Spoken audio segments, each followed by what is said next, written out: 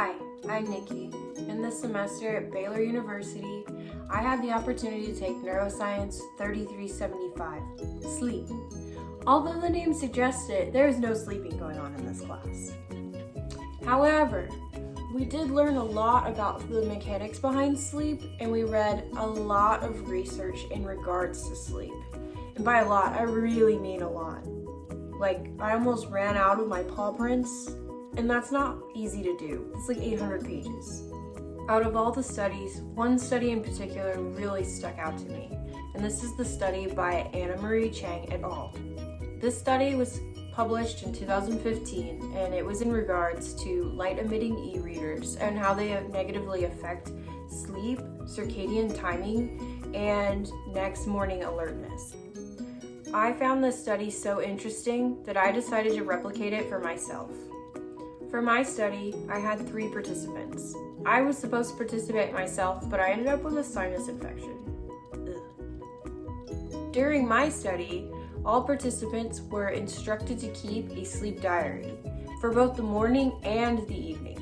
They also downloaded the Vigilance Buddy app, and they were instructed to take a psychomotor vigilance task test every morning within 5 minutes of getting out of bed. Participants were placed in 2 separate groups and counterbalanced. The study was set up so that while one group was doing their reading on a tablet before bed, the other group was reading from a hard copy. They had a free day in between their tablet reading days and their hard copy days, but they were asked to keep a consistent bedtime. All participants would read for about an hour and a half before bed. Those reading from a hard copy, they read with only a 60-watt bulb near their bed. When reading from a light-emitting e-reader, they read with no lights in the room whatsoever, and they also read with the tablet or device in dark mode. Seeing as I drive back and forth to Baylor every morning, I really wanted to focus my study on the next morning alertness, which is why we used the psychomotor vigilance test.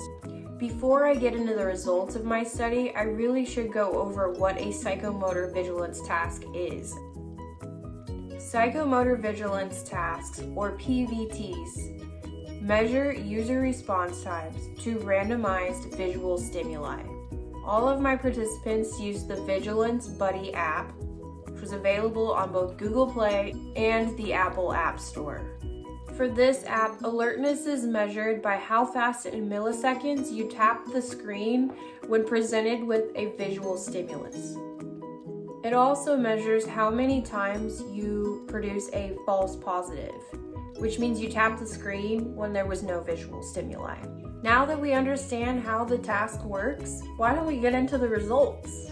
According to the data that I collected, there was no significant difference in the false positives, the fastest speed, or the average speed. There was, however, a significant difference in between the tablet days and the hard copy days in regards to the slowest responses. This difference was about half a second. I know that doesn't seem like a lot, but just think about it. Imagine translating that reaction time from tapping a screen to hitting your brakes. Even though my study was done at home during a pandemic, the results of my study actually replicate that of what Chang found in 2015. So, moral of the story, don't be reading on your devices before bed. Put your phone away, put your tablets away, read a book instead, maybe. A reaction time of half a second could make all the difference. Thanks for watching my video. I hope you enjoyed it.